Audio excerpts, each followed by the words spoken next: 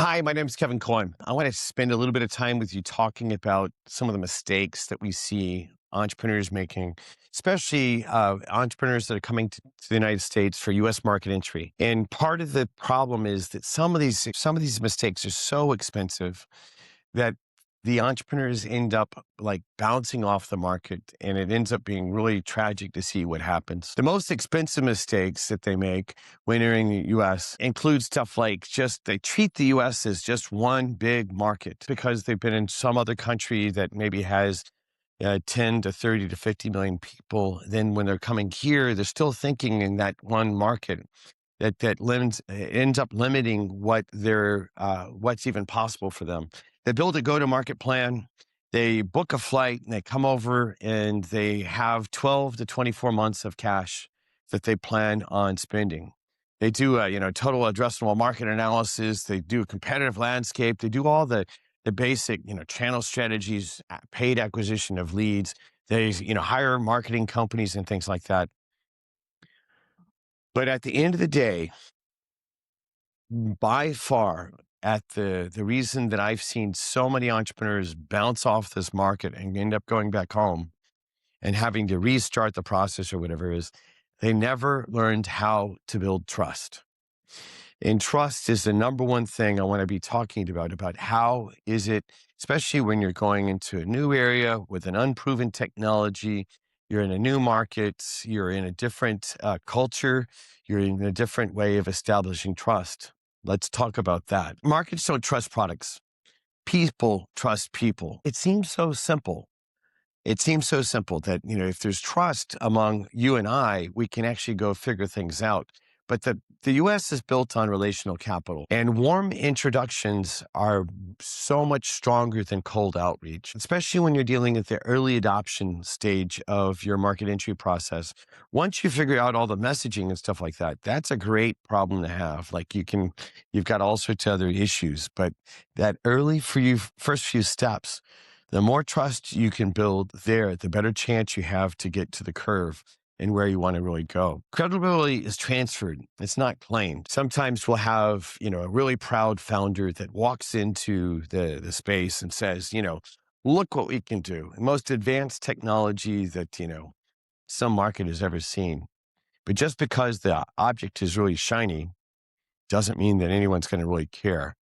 Access follows endorsement. That is, if we can actually help shape how you're introduced and what happens, then there's a certain type of favoritism that you won't have any other way. That emerging technology conversation, the disruptive technology conversation, the things that where trust really does matter.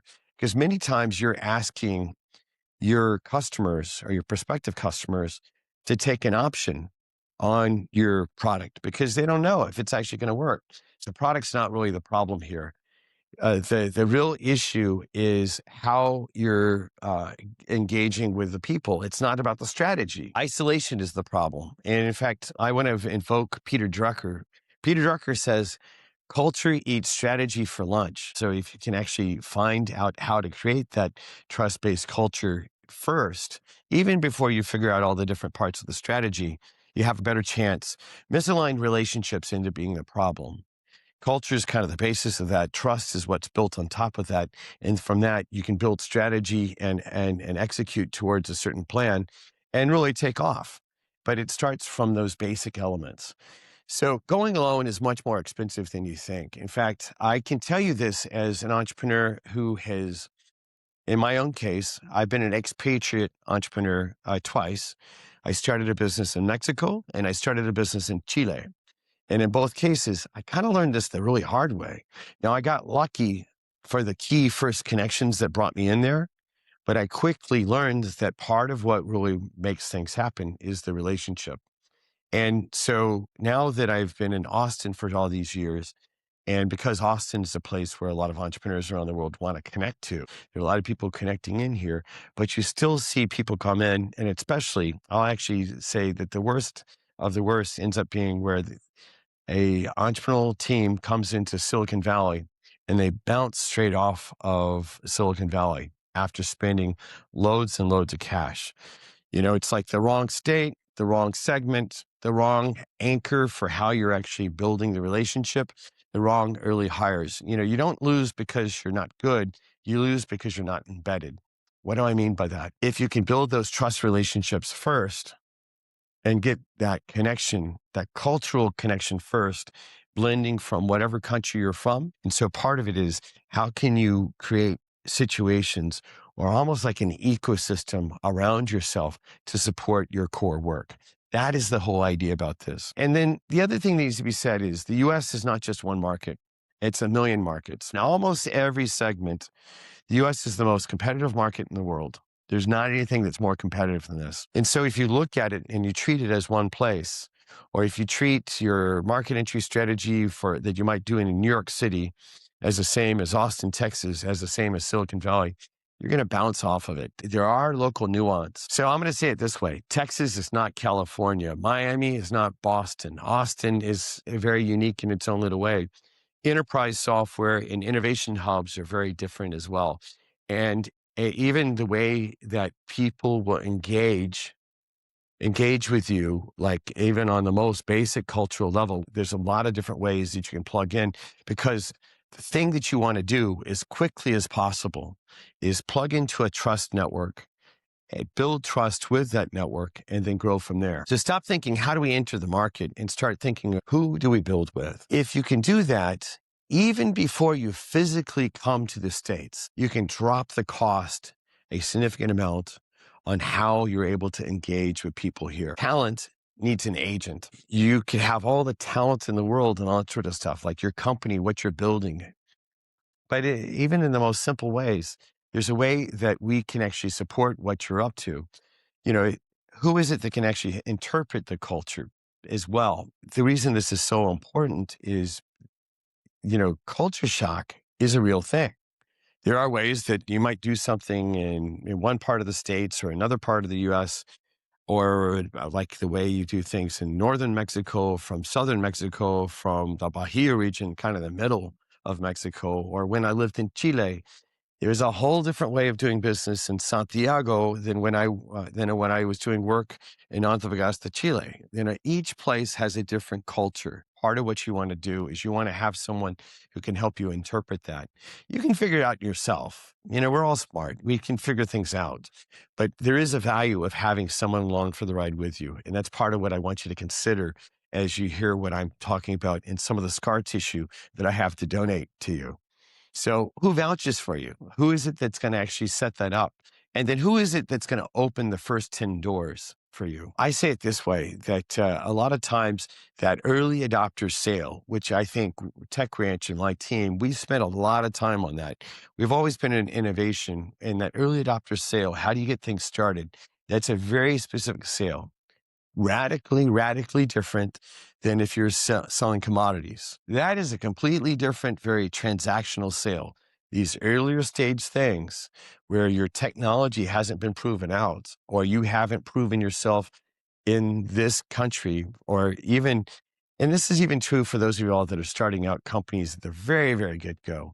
You have to figure out how to boot things up in a certain way. The time between 0 to 1, it's usually $0 earned to $1 million earned, whether when you're starting or when you're going to another country, which is, again, by definition, you're starting over. You're going from 0 to 1. This whole idea of the relational anchor and how you plug in is a really critical thing. So if you can't answer these 3 questions, you're not ready. Who will introduce you to your first 10 customers? How are you going to get engaged in that? And how do I even know who are the first 10 people I should talk to? And given that there's so many people in any one market segment, how is it that I whittle this market segment down to as small as possible so that I can make those first 10 interactions really count? The second is, what proof of traction matters here versus your home country? Many times we'll see entrepreneurs that are working at the early stage that have a certain amount of traction in their home country, but that doesn't necessarily establish traction here. And then the other side that I'm seeing, yesterday I was hosting a delegation here from Germany. And one of the things that's interesting about the German style is sometimes Germans will want things to be so perfect that they won't recognize when the American is ready to buy even sooner to start like a proof of concept type of engagement. That's one of the things that's really interesting. I have an example of Germans as well as an Austrian. One of our teams from Austria already had $2 million worth of revenue in their company. But when they came here, they thought, well, if our product's not perfect in creating a sub-second result from a piece of AI, then we can't enter the market. We were able to show them that, the average American would wait if they knew that the value was coming. It's an interesting story. So having someone help you frame in that is how you can actually really drive the traction or the conversation that shows that you're ready to engage. And then who helps you avoid those big cultural missteps? Part of what we want to do is help you figure out what's the nuance, what's the signal, what's the buying signal that you're hearing. The average American buyer is ready to engage in a proof of concept much sooner than a lot of the entrepreneurs that are bringing their technologies here. And it's an interesting thing because a lot of times the entrepreneurs won't recognize the buying signals. And so they'll have spent all this money and have some, people that they connected with, some interesting photos, but they have nothing really to take home. And they don't know that even when they're back in their home country, that they can follow up and make interesting things happen out of that. Those cultural missteps can be really expensive. So let's talk about what smart founders do differently. They build relational infrastructure first. This is the whole idea that we spend so much energy on this idea about building relationships and helping you take advantage of the nuance of those relationships. They invest in networks before they invest in ads. If you're investing in an advertising strategy, but you haven't figured out, validating the people around you that are going to really support you, you need to build the community. You need to build the ecosystem around you. That's more important than doing an ad strategy. Ads can drive transactions, but they drive transactions for commodities. For advanced technology, that doesn't work. You need a different strategy. Ads are not going to work. Build a network, build the ecosystem that you can plug into, or in simple words, build a community that you can work with. They validate positioning with insiders. Part of the value of what we do in our coaches and our mentors that we have in the Tech Ranch network is we're wanting to help build, different ideas about how do we validate the positioning that you're taking on, the market messages, the different ways, the segments. Like, if you're in this one segment of the market, how can we help you find maybe just 10% of the market segment that you're looking at and really just focus in there to get that, and then validate the conversations there for the first group. The next thing is you co-design with local stakeholders. The simple way of explaining this is you've brought a product from Germany or a product from Mexico. You want to build out the local stakeholder, perhaps the channel partner that's already addressing the customers that you're working with, and building that relational infrastructure among that, and then actually creating a shared risk model with a local entity. That can be one of the most powerful things possible, especially if you've got an advanced technology startup in some other part of the world that you're bringing here. You can actually build some partnerships around you and do our joint ventures together and create a faster type of path to traction. And then you move deliberately, not desperately. Sun Tzu said it this way, first find your path to victory and then start fighting versus, start fighting and then looking for the win. The main thing is to have a plan. But what the plan needs to really have is not something abstract that, is like about concepts, but what are the key relationships that you're already building that then lays down the infrastructure from being able to really execute on the plans that allow you to be really deliberate in what you're up to and not just desperate about it. So going global is not about geographic expansion. It's trust expansion. And the way that we think about it from the standpoint of how we believe in our theory of change at Tech Ranch, what we want to really invite you into is especially because we're really wanting to address the entrepreneurs that are building the technologies that are going to change the world for the better, right? We call it impact innovation. Those of you that are driving something that really has some human impact. So to really do that, it's not just about going to multiple geographies. It's about cultivating trust. Second thing is it's identity expansion. Part of what I learned by being an entrepreneur that was successful in Mexico and successful in Chile, and then now has traveled over the last 10 years to 23 countries. What have I really gotten out about that? Being able to figure out how to flex in these different cultures, these different communities, and then plug in and then have your technologies follow that. That's a really powerful way, and it ends up creating a deeper identity for yourself. Part of what we'd like to do is to help you with that. It's also ecosystem integration.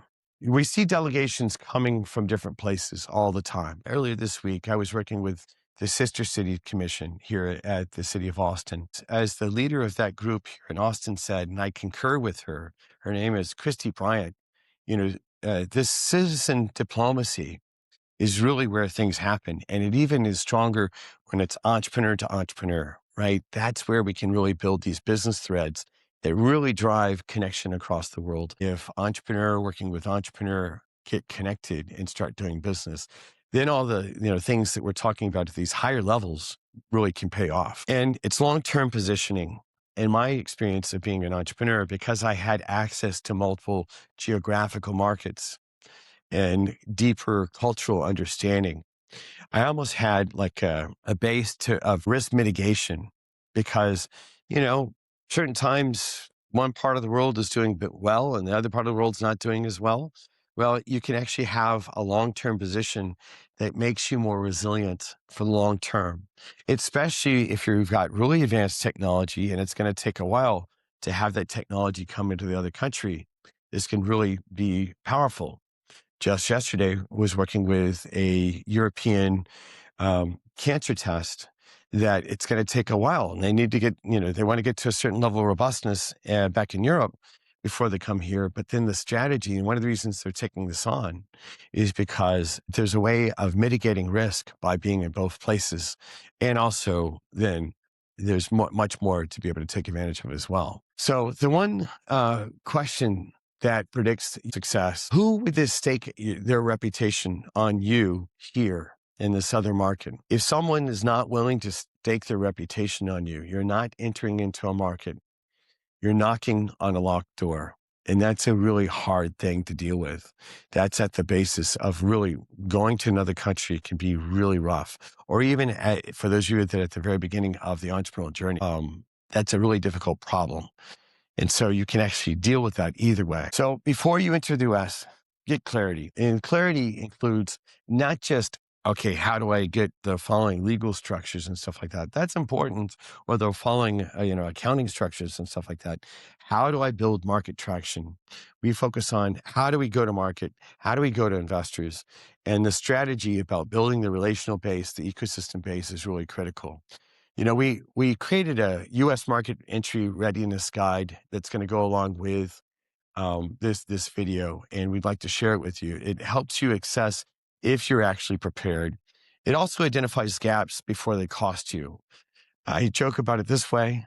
I have scar tissue. I want to donate to you so you don't have to have that same issues. And especially for those of you that have impact innovation startups that are saving lives and, taking care of the environment and things like that.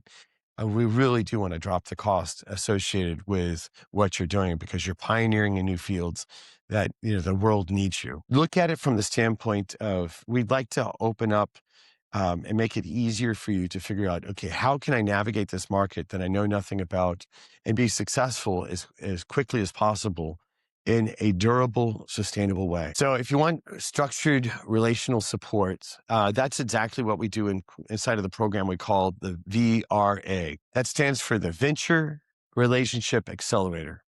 The whole idea about this is we believe that relationship is the fundamental thing that helps advance emerging technology. And so we want to share that. And that's part of what we do in this program. We don't just teach you strategy because you can learn strategy from a book. You can learn strategy from a YouTube video. You can learn strategy from a bunch of different places. What we want to do, though, is really help you structure the relationship. We're here to help you build the right relationships and to really dig in and find out the nuance of those type of things. So you can scale with intention versus improvisation. You're still going to need to be on the balls of your feet, But the truth is, what you want to do is as you do that, you want to be able to engage in a way that, really lets you plot the path to your success. So choose your strategy carefully. You can expand into a market or you can embed into a network. And I might even say this in a little bit more nuanced way of figure out the ecosystem that you're going to plug into and create a really rich ecosystem that you can rely upon. But building an ecosystem, underneath what you're up to, it ends up giving you a stronger base of what's happening. And this way of engaging will last. And then if you have to pivot or figure out new things or you're expanding your market, you have a better place to start from there. So with that, I just like to say, I hope this is valuable to you. I hope that you find value in what we're working on. I really do want to wrap it up by saying, what we'd like to do and support you with is building this relationship ecosystem, the structure, the community that you can depend on. And by having that community, then all the activities you do on top of that can really excel forward. With that, let's go change the world for the better together.